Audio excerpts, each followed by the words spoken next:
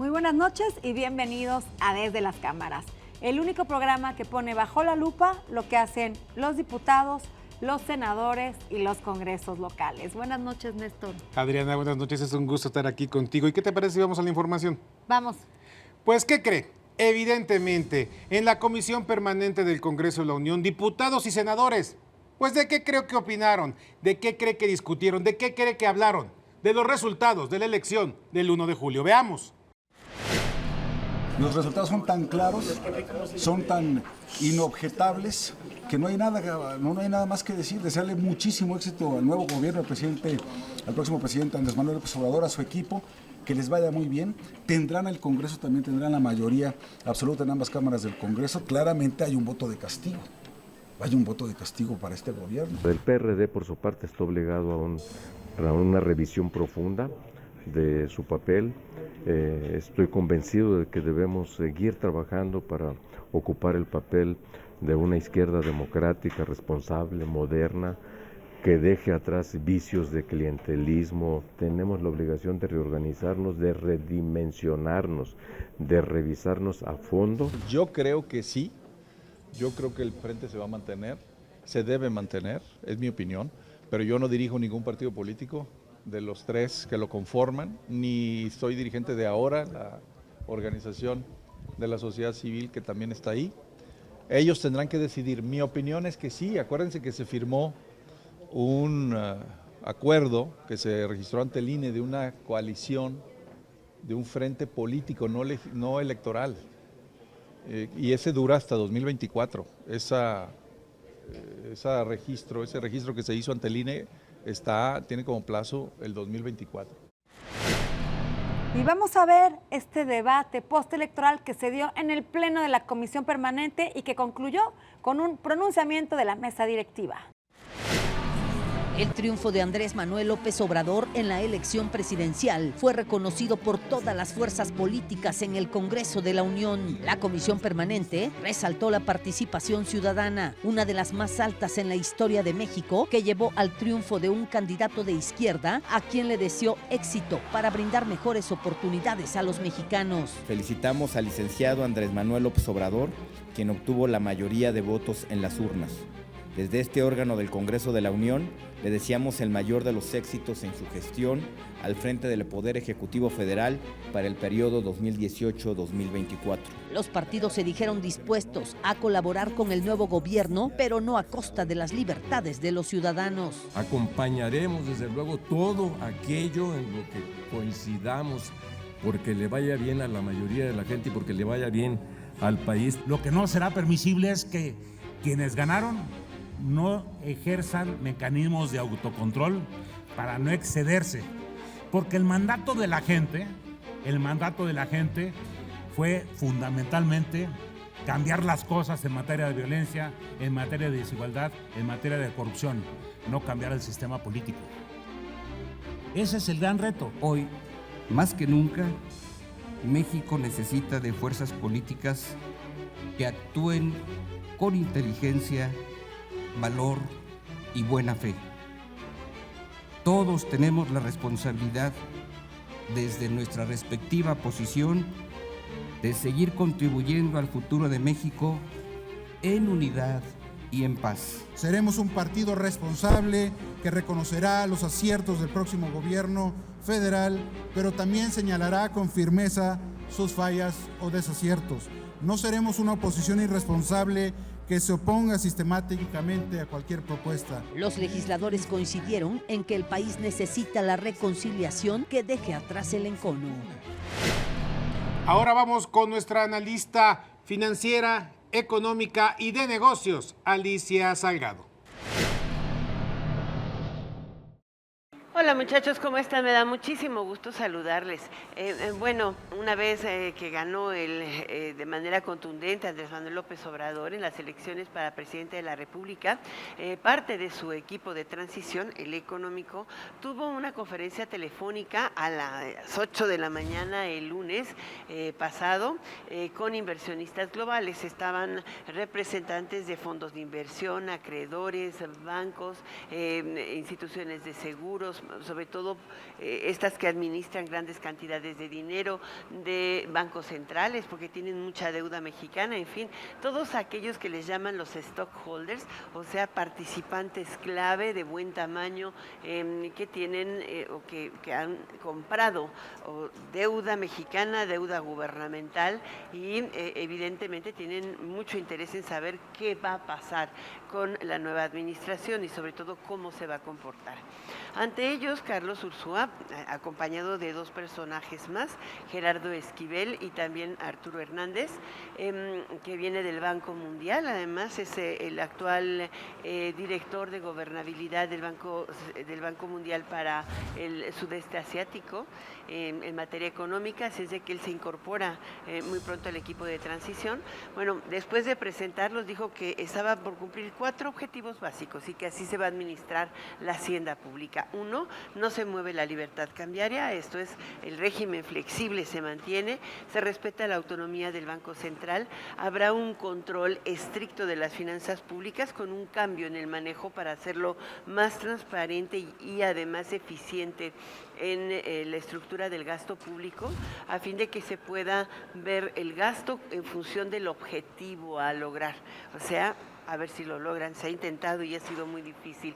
Y finalmente, también dijo que no había margen para subir impuestos, por ejemplo, pero hizo 2 comentarios que son muy relevantes. Uno, que ellos estarían pensando, aun cuando la transición, el equipo de transición formalmente se conforma hasta después del 7 de septiembre, cuando es calificada la elección y Andrés Manuel López Obrador pueda ser declarado presidente electo de los Estados Unidos mexicanos, se ha empezado a trabajar con la Secretaría de Hacienda, a invitación del propio presidente Peña, para que se incluya una parte de ellos en la negociación de medio término de la línea de crédito contingente, perdón, no contingente, de la línea de crédito flexible con el Fondo Monetario Internacional.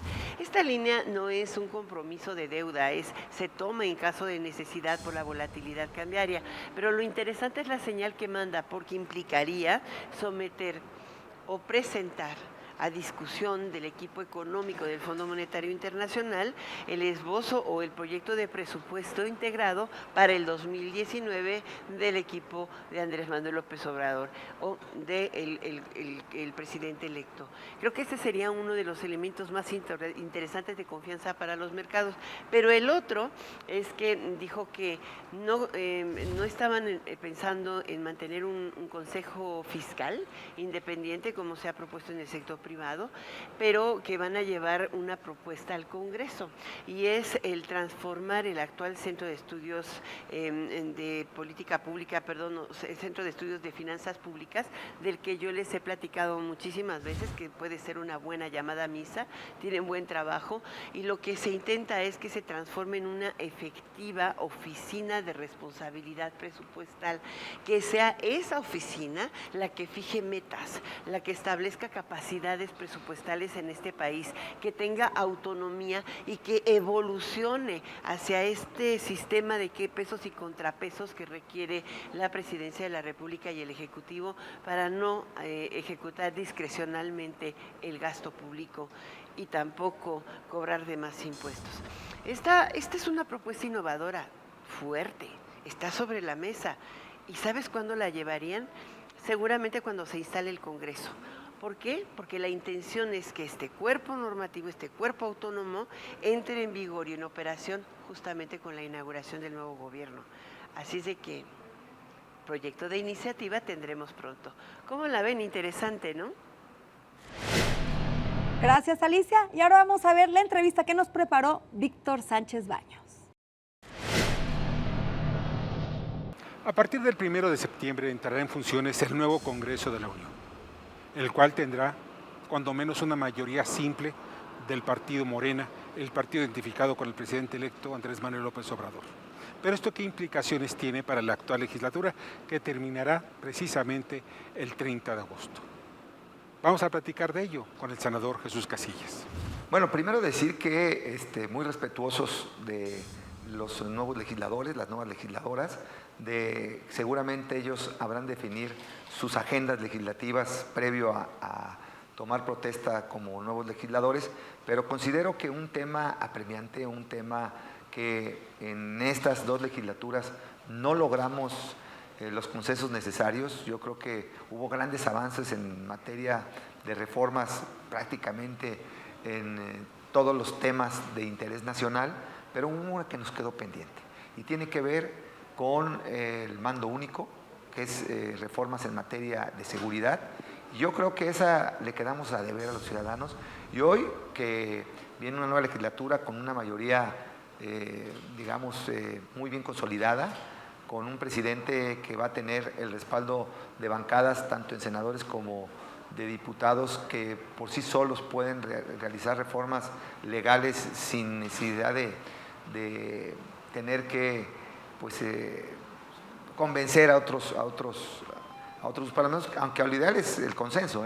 Yo le apuesto al consenso, yo le apuesto a que todos los grupos participen, pero con ese respaldo yo creo que el presidente estaría de alguna manera comprometido a priorizar el tema más sentido que nos manifestó los ciudadanos y que nos ha manifestado en los últimos años, que es el tema en materia de seguridad. La inseguridad que ha lastimado a miles de familias, a miles de mexicanos que se ven vulnerados en sus personas, en sus bienes, en sus familias, en sus posesiones, y que hoy por hoy hay una deuda pendiente con ese tema. En el nuevo esquema político-legislativo se esperan también transformaciones en donde la actual legislatura pueda llegar a acuerdos con el gobierno electo de Andrés Manuel López Obrador y establecer algunos lineamientos para que cuando llegue el 1 de septiembre la próxima legislatura ya se tengan muchos avances para beneficio de la comunidad. Es muy claro que los acuerdos deben tomarse ya desde estos momentos, desde los ámbitos del Ejecutivo y el Legislativo. Y en eso está precisamente el aseo político de los partidos políticos y que actúen con mucha madurez para beneficio, reitero, de todos los mexicanos.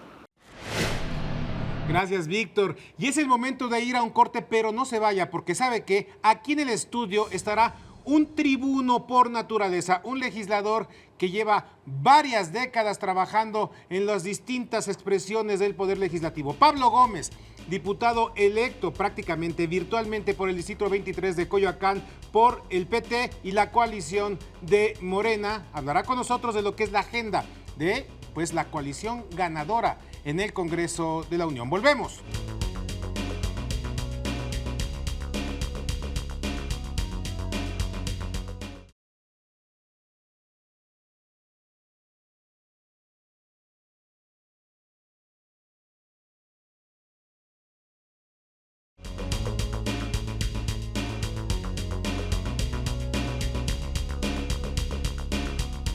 Gracias por permanecer con nosotros. Ya venimos de un corte y esta noche nos acompaña aquí en el estudio de Desde las Cámaras el próximo diputado federal Pablo Gómez. ¿Qué tal, Pablo? Buenas noches. Buenas noches, gusto de saludarlos.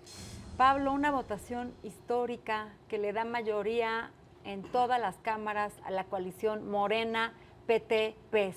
Van a tener mayoría absoluta en la Cámara de Diputados, en el Senado y en la mayoría de los congresos locales, lo que les va a dar la oportunidad, de pasar sin mayor cabileo ni negociación todas las leyes que demande el partido, la sociedad, incluso reformas estructurales.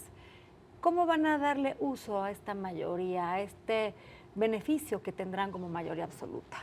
Bueno, yo creo que negociaciones siempre habrá, discusiones siempre habrá, y esperemos que sean mejores discusiones, más profundas, más serias. La mayoría absoluta es, ante todo, una responsabilidad, porque no va a haber pretexto para no hacer lo que se dijo que había que hacer. Tendremos que cumplir con la plataforma que se presentó y por la cual 28 millones de mexicanas y mexicanos se pronunciaron. O sea, no estamos hablando de cualquier cosa. Una mayoría, sí, muy importante, la que recibió Andrés Manuel López Obrador y la que recibimos todos los candidatos a legisladores. Yo creo que valdría la pena que nos ayudaras a condensar lo que serían este paquete de reformas este paquete de cambios e iniciativas que vamos a ver que se van a ir presentando y dando en el Congreso. Ya de entrada, por ejemplo, está planteada esta reforma, esta iniciativa para crear la Secretaría de Seguridad Pública. Carlos Ursúa anunció una reforma en el sistema de pensiones. ¿Qué es lo que viene? ¿Qué vamos a ver de trabajo legislativo en esta nueva legislatura y en este nuevo gobierno?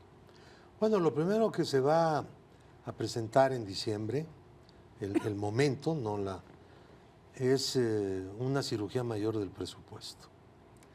Yo espero que sea muy bueno el proyecto y que Ursúa lo construya también de la mano de la Cámara. Ahí no participa el Senado en la aprobación del presupuesto por disposición constitucional y las cosas se lleven al último, hasta el último momento, sin jaloneos ni chantajes. Acabar con el departamento de regalos, en el que cada diputado, cada político metía una partida al presupuesto sin ninguna conexión con alguna política pública, sin conexión con ningún programa de gobierno, ni de gasto programable propiamente para llevar alguna obra, alguna cosa, a algún lugar, y después iban con el presidente municipal, el gobernador o las ONGs o las que fueran a cobrarles el 10% mínimo de lo que les habían dado en el presupuesto. Eso se llaman los moches, ¿no? Entonces se han hecho célebres, es una manera, digamos, de operar una corrupción fea, pero por cínica. Pues va a haber una reorientación, los gastos de operación del gobierno van a bajar muchísimo, incluyendo los sueldos de los altos funcionarios. Esperemos que de esa manera podamos hacer un programa que dure varios años de incremento de los sueldos más bajos de la administración pública, que son demasiado bajos. Esperemos también, esto no va a ser en un solo año, tiene que ser en varios, ¿no? En varios presupuestos. Pero en el trienio que nosotros estaremos ahí, tenemos que hacer una reducción sistemática de los gastos de operación. Se acabarán los seguros de gastos médicos mayores para los funcionarios públicos. Sí, ese es un compromiso. Pablo, No la coalición Juntos Haremos Historia ha hablado mucho de acabar con la corrupción. Hace un momento comentábamos sobre el auditor superior de la Federación, que es el que audita pues las cuentas de todos los gobernadores, incluso las cuentas de la Cámara de Diputados, del Senado, pero todos sabemos que no cuenta con la capacidad para auditar en tiempo. Siempre tiene un default. Desafortunadamente nos enteramos que los gobernadores saquean un estado cuando ya lo saquearon y no antes. ¿Cómo evitar esto? ¿Cómo arreglar este mecanismo que es un cuello de botella, la Auditoría Superior de la Federación, y que puede ayudarles a acabar con este problema que lacera a los mexicanos, que es la corrupción? Yo espero que se eleve la capacidad de realizar auditorías de la auditoría, que es muy pequeña. Yo creo que no cubren más que un 5 o 6% de todo el gasto federal. Que se aumente, que se perfile mejor el método a través del cual se escogen las actuaciones de la auditoría, que tenga personal en mayor cantidad y mejor capacitado, si esto es posible, y todo esto sí lo puede hacer la Cámara. Algunas otras cosas las tiene que hacer la auditoría misma, porque goza de autonomía operativa. Y yo creo que la Cámara debe respetar esa autonomía operativa, exigiéndole naturalmente al auditor los resultados que todos esperamos. ¿Qué crees tú que sea lo más relevante que va a atender la Cámara? ¿El cambio de mayor envergadura o los cambios de mayor envergadura que van a pasar por sus manos? La administración, como ya dije, el presupuesto, la política salarial. No es aceptable que los salarios puedan reducirse en términos reales de un año para otro.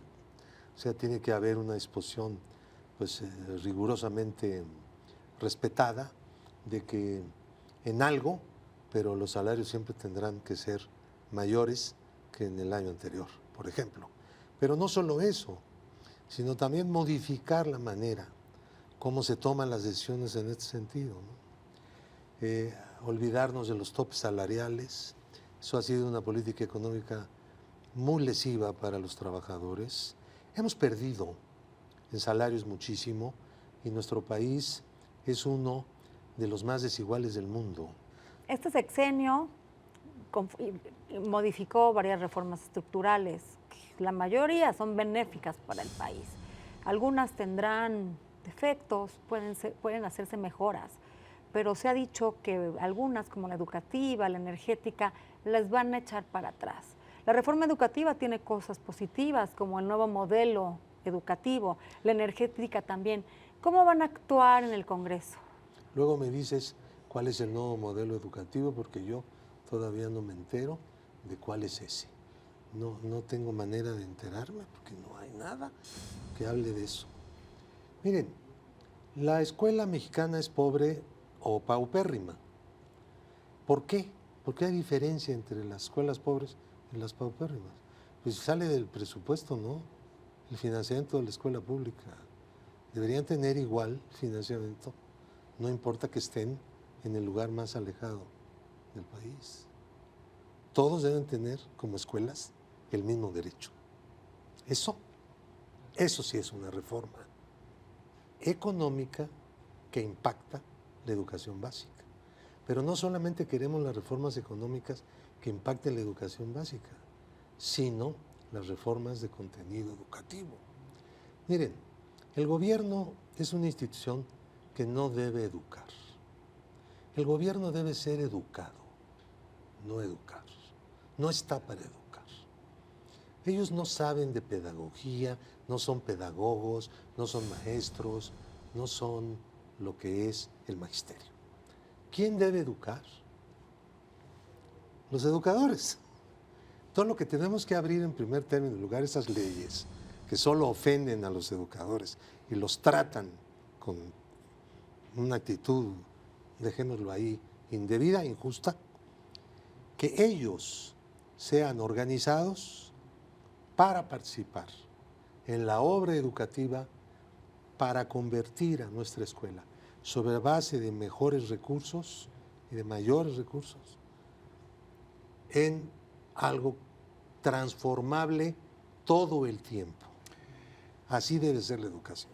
Si tú te detienes en algún momento, vas para atrás, que es lo que ha pasado en México. Claro. Pablo, nos queda un minuto y muchos temas, sin duda. Yo creo que vamos a seguir esta charla mucho tiempo después, sin duda vamos a ocupar esos temas, pero yo te diría, hay muchas cosas en tránsito y hay muchos cambios estructurales que han hecho que podamos ver cosas que no se veían antes. Por ejemplo, la transparencia le ha permitido a ciudadanos y a medios de comunicación poder encontrar, descubrir, destripar precisamente desviaciones, corrupción, etcétera.